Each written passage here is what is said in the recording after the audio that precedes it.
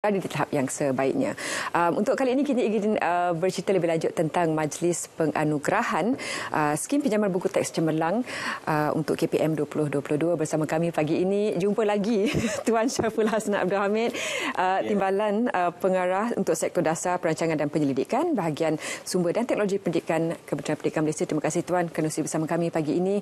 Kalau sebutkan tentang SPBT, bagi kami yang old school ni memang memori lah, sebab buku teks itu menjadi satu yang sangat sangat integral dalam kehidupan kami, kan. Tapi bagaimana pula diangkat kepada Majlis Anugerah SPBT 2022 ni, Tuan? Okey. So, ayalah memang ini kali kedua. Sebelum ni kita dah pernah berjumpa, tapi kali ni cuaca cerah sikit.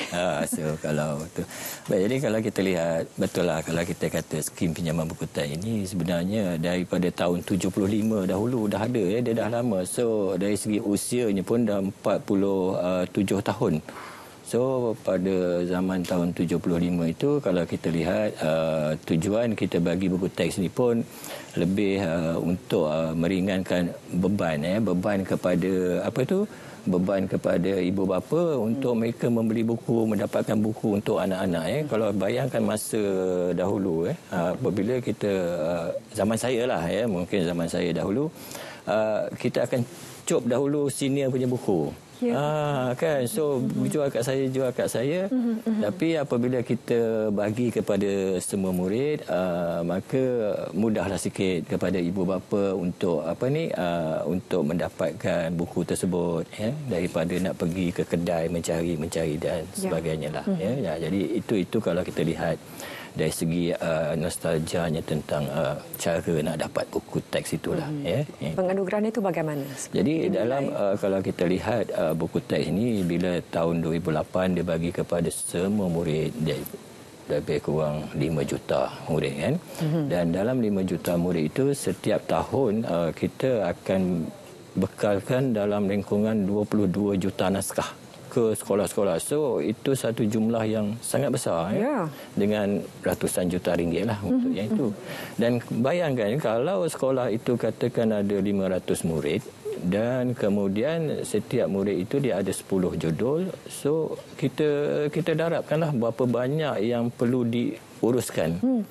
Dan buku teks ini juga adalah suatu yang berharga. Dia ada perlu dijaga dan sebaik mungkin supaya mengurangkan kos kepada kerajaan. Betul. So apabila kami buat anugerah ini adalah sebagai menghargai kepada usaha-usaha yang guru dah buat. Bayangkan nak menguruskan buku ini di sekolah bukan mudah, yang itu. Jadi dia bermula banyak peringkat, banyak lapisan yang terlibat. Maka sudah semestinya lah pengorbanan mereka ini kita bagi pengiktirafan dan penghargaan kepada mereka ini. Yang itu. Jadi itu antara hasrat apabila kita adakan anugerah ni. Bagaimana pula mekanisme penganjuran Majlis Penganugerahan ini? Okey, yang ini dari segi cara yang itu, biasanya kita akan mula daripada peringkat daerah. So daerah akan mendapatkan sekolah-sekolah yang terbaik pengurusannya, kemudian daripada sekolah diangkat kepada peringkat negeri. Kemudian apabila negeri juga akan membuat pemilihan dan mereka akan hantar wakil kepada peringkat kebangsaan. Dan dalam kategori ini dia ada 5 kategori. So kita pecahkan kepada sekolah kebangsaan, kemudian sekolah jenis kebangsaan Cina, sekolah jenis kebangsaan Tamil, dan kemudian ada sekolah menengah, dan kemudian sekolah agama rakyat. So ada 5 kategori, dan setiap 5 kategori itu ada 5 hadiah terbaik. Yang itu. Dan kemudian apabila dalam proses pemilihan itu, kita akan melibatkan guru-guru ataupun yang kita namakan jurulatih utama SPBT. Seluruh negara. So mereka akan berkumpul, mereka akan menilai satu, dan the top 5, yang 5 teratas itu, kami akan pergi secara bersemuka ke sekolah itu untuk buat verifikasi. Jadi itu proses bagaimana perkara itu dilaksanakanlah, yang itu. Bagaimana dengan penganjuran seperti ini, pendapat Tuan, memberikan lebih penghargaan ataupun apresiasi kepada bagaimana pentingnya menjaga apa yang telah diamanahkan kepada para pelajar. Betul. Kalau kita lihat sebenarnya program ini ataupun majlis ini dia dah bermula pada tahun 2005. Dah lama dah program ini kan. Dan kalau zaman dahulu tu kita lihat bila dikatakan bilik buku teks, dia lebih kepada store buku teks. Kan kalau kita ingat dulu dalam itu pun macam-macam lah ada bila kita store. Cangkul ada, ini ada dan sebagainya. Alat jadi tulis. alat semualah. Jadi dia bercampur aduk dengan buku. Jadi apabila kita buat majlis ni secara lama kelamaan, sekarang ni kalau kita tengok bilik buku teks itu yang sekarang ni kita panggil sebagai bilik operasi skim pinjaman buku teks sekolah. Okey. Jadi sekarang ni bilik itu memang nampak cantik, memang nampak terurus, tersusun dan sebagainya. Dan dalam masa yang sama juga, kalau kita lihat sekarang, buku-buku teks anak-anak kita ini dibalut dengan baik. Kan, dibalut dengan baik. Kalau dahulu tu, selepas dipakai 1 tahun, buku tu dah macam apa kan? Lunyai. Lunyai lah kan. Jadi sekarang ni kita nampak buku itu masih lagi bertahan lama. Ya. Kalau untuk sekolah rendah itu memang kami punya standard kualitinya adalah 3 tahun. Kan, manakala sekolah menengah itu 4 tahun. Tapi sebab dia jaga dengan baik, jadi ada yang mencapai sampai 6 tahun dan sebagainya. Jadi itu menjimatkan kos lah. Wow. Jadi semua ini secara tak langsung lah ya, maksudnya apabila kita buat anugerah ini dia menyedarkan ibu bapa, menyedarkan murid, menyedarkan guru tentang kepentingan penjagaan buku inilah ya, itu. Adakah ada sebarang faktor yang membolehkan ataupun memudahkan suatu sekolah memenangi berbanding sekolah lain sekiranya satu sekolah itu pelajarnya ramai jadi bukunya ramai, ataupun satu sekolah di pedalaman tapi pelajar ini tidak berapa ramai tapi buku dijaga dengan baik. Jadi bagaimana untuk meratakan ataupun memberikan penilaian yang adil untuk semua? Itu soalan memang. Okey, betul lah. Dia bila kita tengok dari segi kapasiti sekolah, jumlah murid itu dia berbeza-beza. Ya. Jadi dia punya kompleksiti pengurusan itu juga adalah berbeza-beza.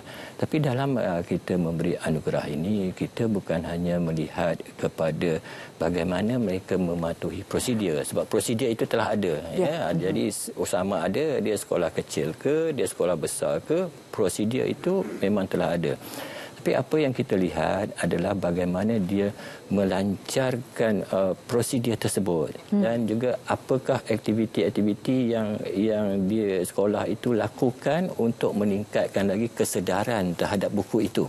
Dan kalau yang ini sama ada dia sekolah kecil ke, dia sekolah besar ke, perkaranya sama. Ya. Ya, yang itu begitu juga kalau ada inovasi-inovasi yang mereka buat, yang itu. Dan ada satu sekolah yang kita pergi baru ni, dia ada inovasinya mudah, simple, iaitu sebab apabila sekolah terima buku teks, mereka perlu cap.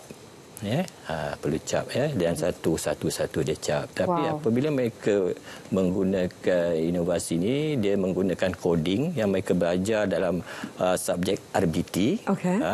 Murid sekolah rendah dia buat coding, kemudian menggunakan robot itu akan cap sendiri.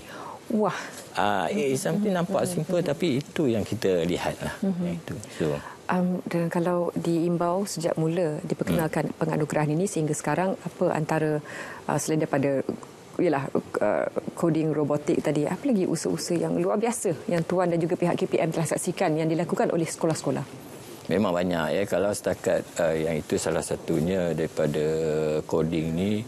Dan kita juga melihat sekarang ni mereka menggunakan sistem-sistem ya untuk menguruskan, macam tadi bila katakan sekolahnya banyak sampai 1,000 orang murid kan. Kalau nak buat secara manual tu agak susah, tapi ada sekolah-sekolah telah melaksanakan secara menggunakan secara sistematik, yang mana mereka menggunakan sistem dan sebagainya lah. Jadi ini kita nampak proses-proses yang inilah ya. Dan mereka tahu hasil usaha yang mereka buat itu kita akan angkat. Kita akan angkat dan kita akan bagi penghargaan dan pengiktirafan kepada mereka lah. Memang nampak trend tu dah daripada 2005 tu sampai sekarang tu memang nampak lah. plan dia. Dan hadiah utama nanti ataupun penganugerahan utama, bagaimana mekanisme penganugerahannya? Adakah menteri yang bawa Menteri Kanan juga? InsyaAllah setakat ini Menteri Kanan akan hadir untuk menyempurnakan yang itu setakat ini. So kita pun berharap YBMK akan dapat hadir sendirilah menyampaikan, sebab itu suatu pengiktirafan kepada murid-murid juga dan guru-guru. Seronok mereka datang bila tengok dengan menteri. Ya, betul. Apakah jumlah penyertaan sekolah juga bertambah dari tahun ke tahun ataupun ada maksimum sebenarnya? Kalau di peringkat daerah itu dia memang nampak bertambah, sebab di peringkat daerah itu mereka akan open kan, dia open, cuma apabila setiap daerah itu dia akan hantar satu wakil kepada satu negeri, kemudian satu negeri akan hantar kebangsaan, jadi jumlahnya itu macam agak fix lah yang itu ya. Cuma dari segi aktiviti di peringkat daerah itu kita nampaklah aktifnya ya, mereka itu. Ucapan Tuan kepada semua yang terlibat untuk majlis penganugerahan nanti, dan bagi mereka yang juga tidak terpilih untuk ke finalis, apa yang Tuan ingin sampaikan kepada mereka? Baik, jadi yang mana yang sampai ke peringkat akhir itu kita ucapkan tahniah atas segala usaha dan sebagainya. Manakala yang lain itu sekolah-sekolah itu sebenarnya memang telah melaksanakan yang terbaik kan, dan pengiktirafan sebenarnya adalah kepada semua sekolah, sebab kami tahu bukan senang nak uruskan buku teks ini. Betul. Ya. Nampak senang tapi bukan senang. Itu jelah. Baik. Terima kasih Tuan Saiful kerana sudi meluangkan masa bersama kami. Selamat berjaya dan tahniah kepada anda yang menjaga buku-buku tersebut dengan baik. Kita berehat seketika dan selepas ini kita ingin ketahui lebih lanjut tentang Fiesta Mega Penaja, peniaga dan juga usahawan kecil, penjaja, peniaga dan usahawan kecil Keluarga Malaysia. Teruskan bersama kami.